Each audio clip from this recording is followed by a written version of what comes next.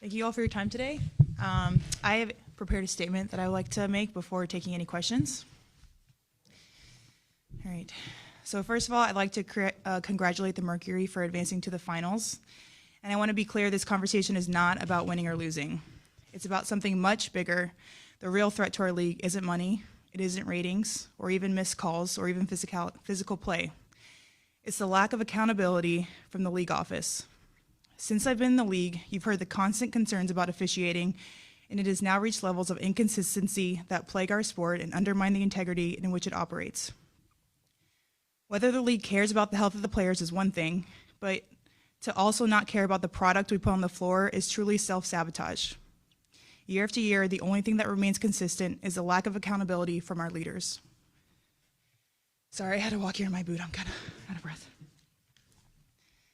The league has a buzzword that they've rolled out as talking points for the CBA as to why they can't pay the players what we're worth. That word is sustainability.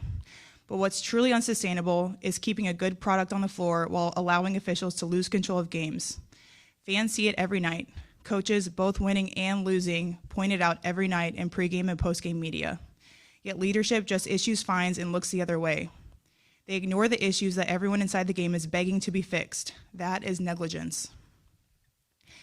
At Unrivaled this past February, I sat across from Kathy and asked how she planned to address the officiating issues in our league. Her response was, well, only the losers complain about the refs. I also asked how she planned to fix the fact that players like Caitlin, Angel, and Paige, who are clearly driving massive revenue for the league, are making so little for their first 4 years. Her response was, Caitlin should be grateful she makes $16 million off the court, because without the platform that the WNBA gives her, she wouldn't make anything. And in that same conversation, she told me players should be on their knees thanking their lucky stars for the media rights deal that I got them. That's a mentality driving our league from the top. We go to battle every day to protect a shield that doesn't value us. The league believes it succeeds despite its players, not because of them. I have the privilege of watching my husband run a league where he has to balance 100 different things at once. I won't pretend the job is easy. But even with all of that on his plate, he always takes the time to reach out to players when he sees an injury, whether it's Unrivaled or even during the WNBA season. That is what leadership looks like.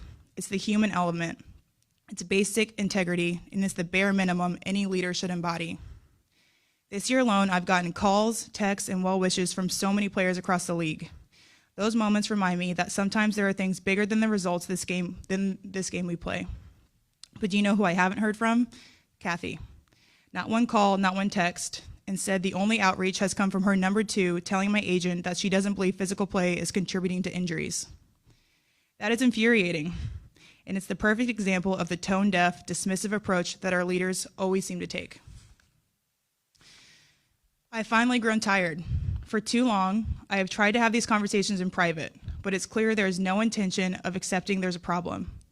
The league has made it clear it isn't about innovation. It isn't about collaboration, it's about control and power. I've earned this platform and I've paid the price to get here, and now I have a responsibility to speak on behalf of the fans and everyone in this league that deserves better. Our leadership's answer to being held accountable is to suppress everyone's voices by handing out fines. I'm not concerned about a fine. I'm concerned about the future of our sport.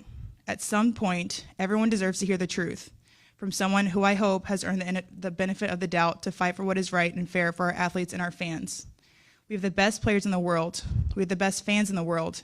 But right now, we have the worst leadership in the world. If I didn't know exactly what the job entailed, maybe I wouldn't feel this way. But unfortunately for them, I do. We serve a league that has shown they think championship coaches and Hall of Fame players are dispensable, and that's fine. It's professional sports. But I will not stand quietly by and allow different standards to be applied at the league level. Thank you.